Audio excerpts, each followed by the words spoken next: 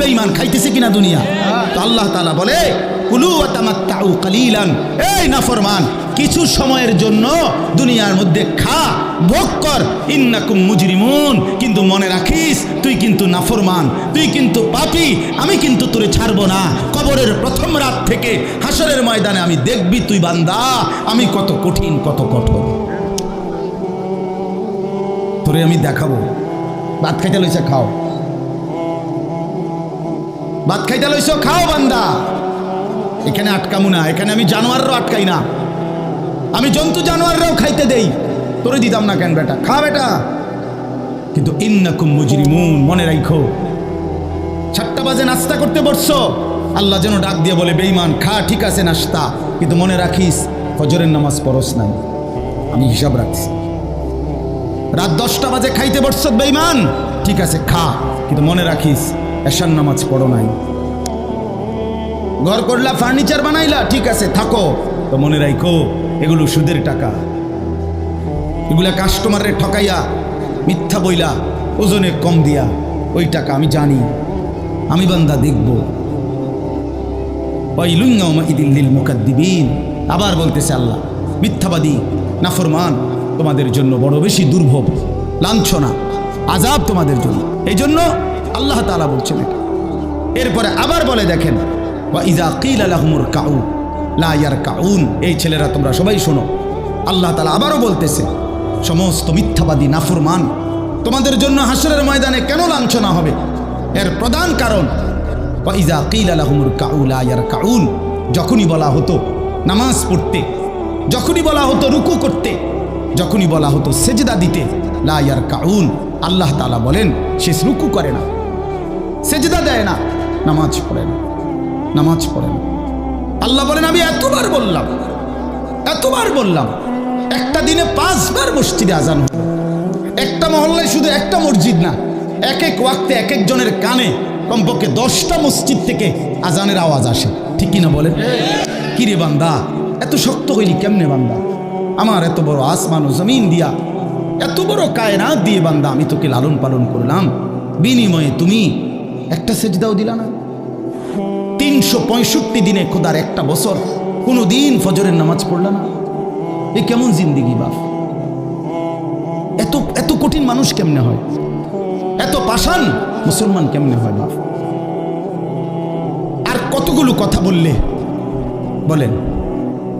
এই জন্য নওজোয়ান, আমার অনুরোধ রইল নওজোয়ান, নিজেরে বরবাদ করে দিও না বাপ, নিজেরে শেষ করে দিও না, নষ্ট করে দিও না, কষ্ট পাইবা বাপ। একদিন কবরে তোমার 14 গোষ্ঠীর কেউ থাকবে না, একদিন হাসরের ময়দানে তোমার পাশে কেউ থাকবে না, তুমি শুধুই একা। আল্লাহ তাআলা বলছেন বান্দা আমি এত বড় কোরআন নাজিল করলাম, তারপরে আর কি বললে তুমি ঈমান আনতে? আর কেমনে বলতাম আমি? নবীজি জিজ্ঞেস করবে, খোদার কসম নবী জিজ্ঞেস করবে, উম্মত 23টা বছর আমি দিন রাত কাঁদছি রে উম্মত, তুই জানোস না উম্মত আমি তোর জন্য কি পরিমাণ কাঁদছিলাম, সারাটা রাত আমি কেঁদেছি, তায়েফের পাথরের আঘাতে আমার পিঠ ছিদ্র ছিদ্র করে ফেলছে, আমি ক্ষুধার কষ্টে পেটে পাথর ভাঙছি, আমার ঘরের চুলায় আগুন জ্বলে নাই, আমি দান দান শহীদ করে সারাটা দেহ রক্ত মাখা হয়ে বেহুশ হয়ে উহুদের প্রান্তরে পড়েছিলাম, এত কাঁদলাম, এত রক্ত ঝরাইলাম, 23 বছরের বিনিময়ে উম্মত আমি বুঝি তোর কলজাটা নরম করতে পারলাম না। কি বলবেন ভাইয়া? এই ছেলেরা বাপ কি বলবা তোমরা?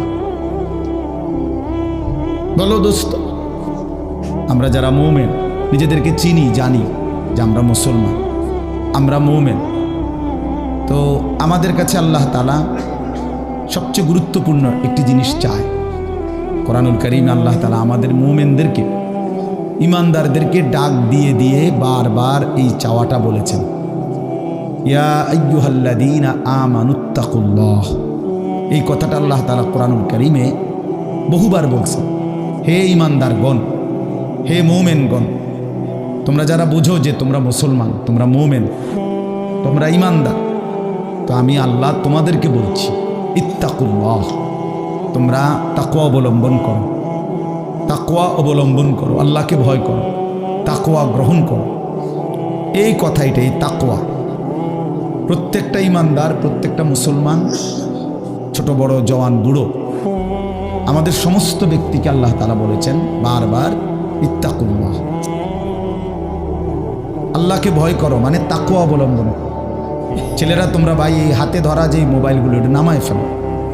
আরে ভাইয়া আমাদের চেহারার দিকে তাকাই আসুন, শুধু শুধু এই মোবাইলটা নিয়ে ব্যস্ত হওয়ার কিচ্ছু নাই বাপ। এতে এমনিতেই মোবাইলে অনেক বয়ান আছে অনর্থক, এটার দিকেই যদি পুরা তাকায়া থাকো তো তাইলে আলেমের দিকে তাকাইবা কেন? এই জন্য দোস্ত এটা জরুরি বিষয়, এটা এতটুকু বোঝা উচিত, সবসময় মনে রাখা দরকার। সারাক্ষণ মোবাইল এটা নিয়ে ব্যস্ত থাকা এটা আসলে একটা অসভ্যতা ছাড়া আর কিচ্ছু। এটা এত পাগল মানুষ হয় না আসলে। সামান্যতম বিবেক কাজ করা উচিত, বুদ্ধি বিবেচনা, নিজের আকল দেমাগ কাজ করা উচিত যে ভাই আমি কতক্ষণ। এক মানুষ বুঝি সারাদিন এটা নিয়ে থাকে, তাহলে আমাদেরকে আল্লাহ তাআলা কেন বানাইলেন? এই পৃথিবীতে আমরা আসলাম কেন? আমার জীবনের উদ্দেশ্যটা কি? ন্যূনতম আকল তো থাকা উচিত যে আমি আসলাম কেন, কে পাঠাইলেন আমারে, কেন পাঠাইলেন, কার কাছ থেকে আমি আসলাম, আমি যাব কোথায়। প্রতিনিয়ত মানুষগুলো যে মারা যায় ওরা যাচ্ছে কোথায়, কি হবে তাদের? এই সামান্যতম বুদ্ধি দেমাগ একটা প্রাপ্তবয়স্ক ছেলে, তোমরা কারো বয়স 14 বছর, কারো 16 বছর, কারো 18 বছর, এ তো পরিণত বয়স, মানে পরিপক্ক বয়স। ওয়ালাম্মা বালাগা আশুদ্দা, একেবারে পূর্ণ শক্তির টাইম। কোরআন শরীফে আল্লাহ তাআলা মানুষের হায়াতকে 3টা ভাগে ভাগ করছে। একটা হলো জন্মের পরবর্তী শিশুকাল, আরেকটা হলো যৌবনকাল, আরেকটা হলো বৃদ্ধকাল। এই 3টার মধ্যে আল্লাহ তাআলা নিজেই বলছেন শিশুকাল এবং বৃদ্ধকাল দুইটাই দুর্বল, দফ, এই শব্দের অর্থ দুর্বলতার সময়। আর শুধু কেবল আল্লাহ তাআলা যৌবনকালকেই বলছেন কুওয়াতান, শক্তির সময়। শক্তি, সামর্থ্য, শৌর্য, বীর্য এই সবটাই যৌবনকাল। এই জন্য শক্তির সময়, সামর্থ্যের সময় মেহনত করতে হয়।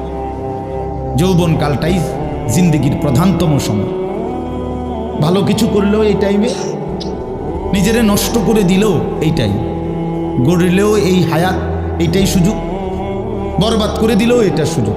বুড়া মানুষ, বয়স্ক লোক ইচ্ছা করলেও অনেক নেক কাজ করতে পারে না, ইচ্ছা করলেও অনেক গুনার কাজও করতে পারে। বয়স হয়ে গেছে 60 বছর, 70 বছর, এখন চাইলেই সারা রাত তাহাজ্জুদ পড়তে পারবে না, চাইলেই সারা রাত নাচের আড্ডায়ও থাকতে পারবে না, শরীরে কুলাবে না, ইচ্ছা থাকলেও পারবে না। ইচ্ছা করলেই আল্লাহর জন্য জান কোরবানি করে দ্বীনের জন্য কঠিন মেহনত মুজাহাদা করতে পারবে না। এটা স্বাভাবিক। আমি, আমার মনে আছে একটা সময় 2.5 ঘন্টা 3 ঘন্টাও পায়ে হাইটা কোথাও মাহফিলে গেছে, এখন আর এটা সহ্য হয় না। তাইলে হায়াতের একটা অংশ আছে মানুষের। এই জন্য প্রিয় ভাই, সবাইকে বললাম, তুমি যদি কমপক্ষে নিজের হায়াতের কদর না করো, নিজেকেও যদি কমপক্ষে না বুঝলা, তো কি বুঝলা জীবন? এই সমাজ, এই দেশ, এই জাতি, নিজের এলাকা, পাড়া, মহল্লা, কারো কোনো উপকার করলা না। কমপক্ষে নিজের উপকার তো করো, নিজের ভালো, নিজের কল্যাণ, নিজের জন্য তো কমপক্ষে, যে আমি যে একটা মানুষ, আমি যে সারাদিন 1 ওয়াক্ত নামাজ পড়ি না, সারাদিন মোবাইলের মধ্যে নাচ গান, ছবি, নর্তকীর সিনেমা, নাটক, অশ্লীল দৃশ্য, উলঙ্গ ছবি, সারাদিন সমবয়সী বন্ধুদের সাথে আড্ডা দিলাম, দুষ্টামি করলাম, ফালতু কথাবার্তা করে কাটাইলাম। আচ্ছা, এটা রাত শেষে ঘুমের টাইমে হলো তো মানুষের বিবেকে একটু হলেও নাড়া দেওয়া উচিত যে আমি বাস্তবিক অর্থে সারাদিন কি করলাম। এতটুকু দেমাগ যদি, এতটুকু আকল যদি কারো না থাকে, এটা সুস্থ মানুষ কিনা? এ তো স্বাভাবিক মানুষ না ভাই, এ তো প্রতিবন্ধী, এ তো পাগল, মাতাল, অসুস্থ মানুষ। এই জন্য দোস্ত আমার, বন্ধু আমার, এদ্দুর কমপক্ষে অনুরোধ করলাম, প্রত্যেকটা অনেক ছেলে মাশাআল্লাহ, অনেক নওজোয়ান, তোমরা আমার অনুরোধ রইল, এতটুকু দিল দিয়া ভাইব, নিজেরে নিয়ে শুধু ভাইব, আর কিছু না করো, নিজেরে ভাইব। রাসূলুল্লাহ সাল্লাল্লাহু আলাইহি সাল্লাম বলছেন, এক সাহাবী একদিন নবীজিকে জিজ্ঞেস করছে, হুজাইফা, ইয়া রাসূলুল্লাহ, আমি যদি দ্বীনের উপরে চলতে গিয়ে কখনো এমন হয় যে আমার সাথে কেউ নাই, সবাই আল্লাহর নাফরমানিতে লিপ্ত, আমি শুধু একা, তখন আমি কি করব? আল্লাহ নবী সাল্লাল্লাহু আলাইহি সাল্লাম বললেন, ওয়ালাউ আন তাআদ্দা বিআসলি শাজারাতিন, প্রয়োজনে তুমি একটা গাছের গোড়ালি শিকড় কামড়াইয়া ধইরা পড়ে থাকবে একা, তারপরও দিন ছাইরো না, আল্লাহকে ছাইরো না, ইবাদতকে ছেড়ে দিও না। সবাই বলতে যাক, সবাই নষ্ট হয়ে যাক, সবাই চরিত্রহীন হয়ে যাক, তারপরও কমপক্ষে নিজের হেফাজত। রাসূলুল্লাহ সাল্লাল্লাহু আলাইহি ওয়াসাল্লাম বলছেন, মানুষের মধ্যে অন্যায়, নাফরমানি, মানুষের মনের চাহিদা, খেয়াল খুশি, খামখেয়ালি, এগুলো যখন বেড়ে যাবে, আল্লাহ নবী সাল্লাল্লাহু আলাইহি সাল্লাম বলছেন, ফাআলাইকা বিখাসাতি নাফসি, শুধু তখন নিজেরে আঁকড়ায় ধরো, ও দাইল আওয়াম, যাও, না পারলে মানুষের ছেড়ে দাও যে আমি আর পারলাম না, কিন্তু কমপক্ষে নিজেরে নষ্ট করো, নিজেরে বরবাদ করো, নিজের নামাজটুকু পড়ো, নিজের চরিত্রটা ভালো রাখো। এটা কি জীবন যে আমি বানের পানির মতো, স্রোতের মতো ভাইসা গেলাম চরিত্রহীনতায়, অশ্লীলতায়, বেহায়াপনায়। রাতেই আমি এটা অনুরোধ করলাম, আমি আরো পরে বললাম, হইলে এখনই বলে ফেললাম, বাস্তবিক যে আমরা যেন প্রত্যেকে, বয়স্ক মানুষ যারা আছেন, চাচারা, বাবারা, আপনারাও ভাইবেন, শেষ পর্যন্ত হায়াতের শেষ সময় ইনসাফের সাথে চাচা জিন্দিগির হিসাব মিলায়েন। আসলে ওয়ালতানজুর নাফসুম মা কদ্দামাত লিগাদ, আল্লাহ তাআলা বলছে, বান্দা তোমাকে বলছি, বান্দা প্রতিদিন হিসাব কইরো, লক্ষ্য করো আজকে তুমি আগামীকাল আখিরাতের জন্য কি পাঠিয়েছ। ধরে নাও আজ তোমার মৃত্যু, তো এরপরে পৃথিবী থাকলে থাকতো আর কি, আমি তো আর নাই। আমি মরে গেলে ভাইয়া পৃথিবী মনে করো আরো অনেক দিন থাকছে, পৃথিবী ধ্বংস হয় নাই, বুঝলাম কিয়ামত আরো 100 কোটি বছর পরেই হোক না, কিন্তু আমি তো আর নাই, আমার হায়াত তো শেষ, আমি তো আর পৃথিবীতে ফিরবো না কোনো। তো এরপরে পৃথিবীর সবাই যদি চাঁদের দেশেও চলে যায়, আমার কি লাভ? এরপরে মানুষ সব যদি স্বর্ণের বাড়িতেও থাকে, আমার কি ফায়দা? আমার ফায়দাটা কি ভাই? বাবা বলে, সুদের টাকা দিয়া, ঘুষের টাকা দিয়া, হারামের টাকা দিয়ে, আল্লাহর নাফরমানি করে, অবৈধ পন্থায় হারাম রোজগার করে ঘর বাড়ি দিয়ে গেলেন, ছেলে পেলে করে, তো ছেলে পেলে করে দিয়ে গেলেন, কিন্তু আপনি তো থাকতেন না, আপনি তো খুব অল্প সময়ের ব্যবধানে কবরে চলে যাবেন, তো সেই কবরে কেমনে থাকবেন? তো নিজের ঘরকে অরক্ষিত করে, নিজের ঘরে ডাকাত রাইখা আপনি বুঝি আরেকজনের ঘর বাঁচাইতে গেলেন। আপনার ঘরের আগুন লাগছে, আপনি বুঝি আপনার ঘর নিভাইবেন না। এই বোকামি আমাদের বয়স্ক লোকরা করেন।